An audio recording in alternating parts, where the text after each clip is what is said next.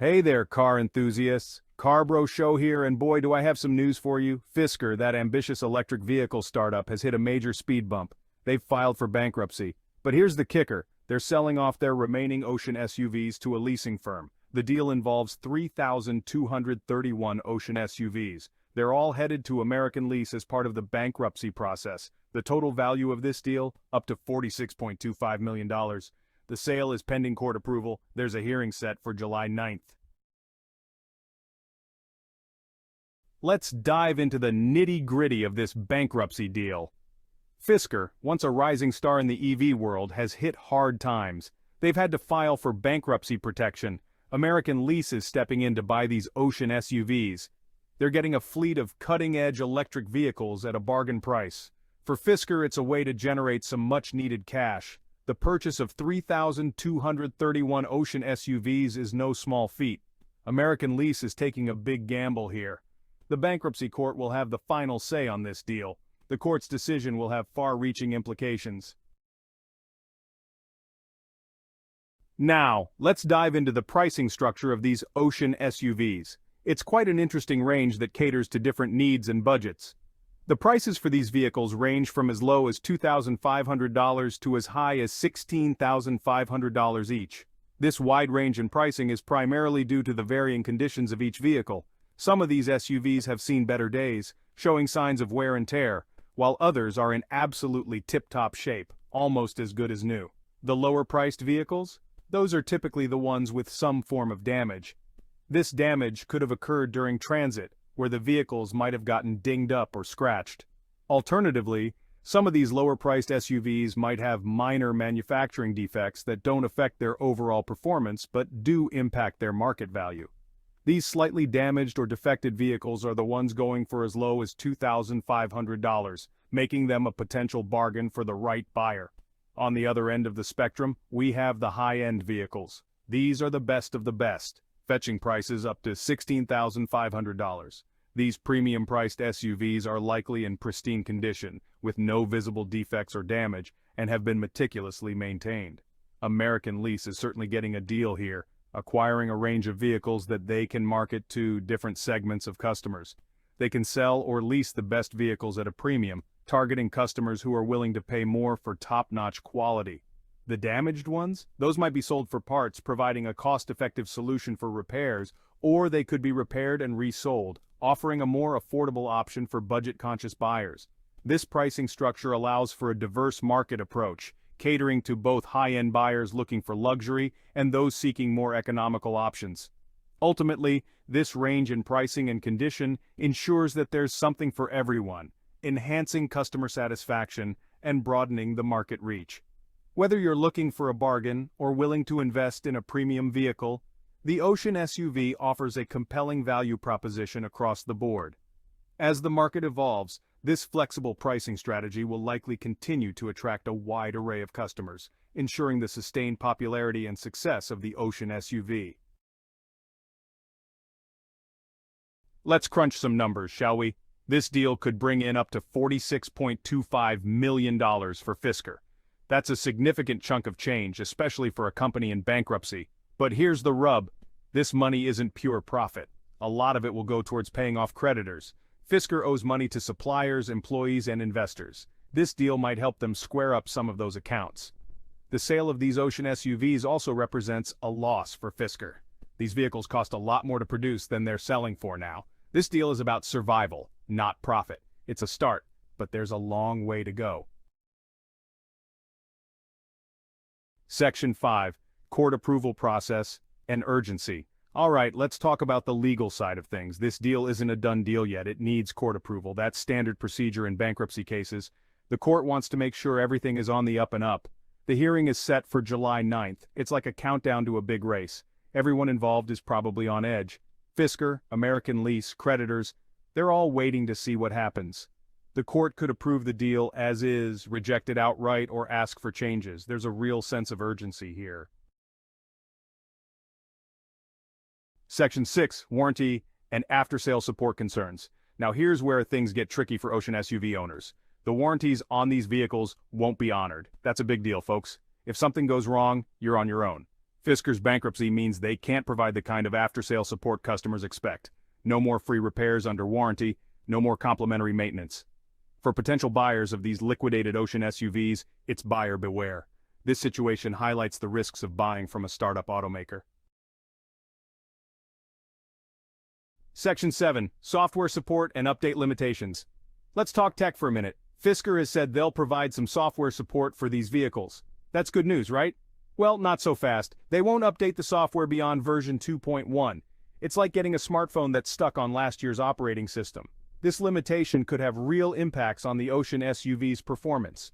Modern cars, especially EVs, rely heavily on software. Without updates, these systems could become outdated pretty quickly. For tech-savvy car buyers, this is a big drawback. This situation raises questions about the long-term viability of these vehicles. Section 8. Impact on the EV market. Fisker's bankruptcy and this fire sale of Ocean SUVs is sending shockwaves through the EV market. The sudden collapse of a company that was once seen as a promising player in the electric vehicle space has left many industry insiders and consumers alike questioning the stability and future of the EV market. This isn't just about one company. Fisker's downfall is a stark reminder of the volatility and challenges that still exist within the electric vehicle industry, despite the growing demand and interest in sustainable transportation. It's a wake-up call for the entire industry. Companies, both big and small, are now re-evaluating their strategies, financial health, and market positions to ensure they don't face a similar fate. The road to EV dominance is tougher than many thought.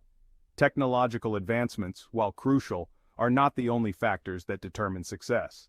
Companies must also navigate financial hurdles, supply chain issues, and market competition. Even with a great product, success isn't guaranteed. The market is becoming increasingly crowded, and standing out requires more than just innovation. It requires robust business models and strategic planning. For consumers, this situation might create some hesitation. The news of Fisker's bankruptcy could lead to doubts about the reliability and longevity of other startup EV manufacturers. They might think twice before buying from a startup EV maker. The perceived risk of investing in a new and unproven company could drive potential buyers towards more established brands with a proven track record. This could push some buyers towards more established brands.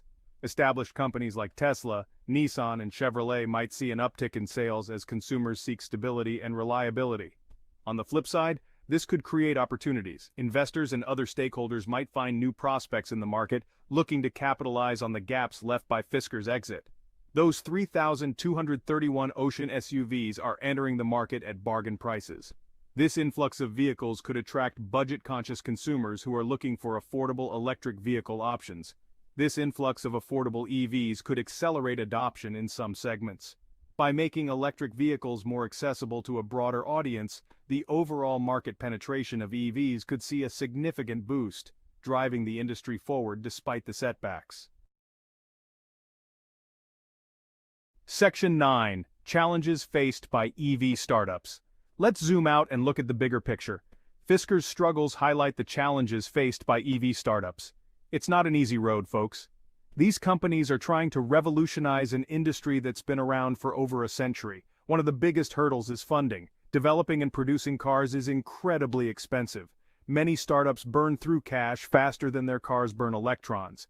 Then there's the competition. Established automakers are jumping into the EV game with both feet. For startups, it's like being the new kid on the block, but the block is full of heavyweight champions. Section 10. Customer reactions and concerns. Now let's talk about the folks caught in the middle of all this, the customers. These are the people who believed in the vision of a sustainable future and invested in what they thought was a reliable, cutting-edge electric vehicle. Imagine buying a cutting-edge EV, only to find out the company behind it is going bankrupt.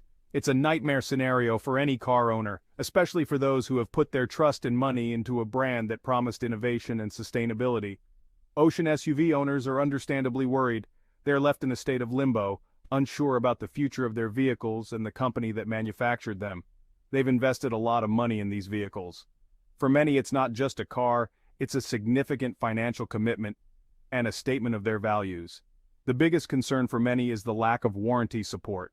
These are complex machines. Without a warranty, any malfunction or issue could lead to exorbitant repair costs, which many owners are not prepared to handle. If something goes wrong, repairs could be costly. The specialized nature of electric vehicles means that not every mechanic can handle these repairs, adding another layer of complexity and potential expense. This uncertainty is causing a lot of stress for Ocean owners. The lack of clear communication from the company only adds to their anxiety. Then there's the issue of resale value. Owners are worried that the bankruptcy will drastically reduce the value of their vehicles, making it difficult to sell them in the future.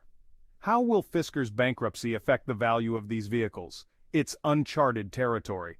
No one knows for sure, and this uncertainty is unsettling for many. Some customers are banding together to share information and support.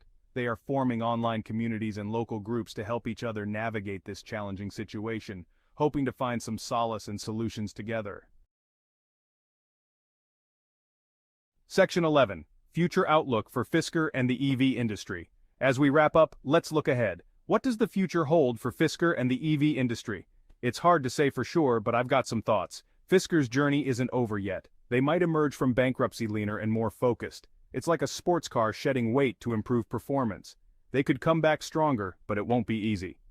For the broader EV industry, Fisker's story is a reality check.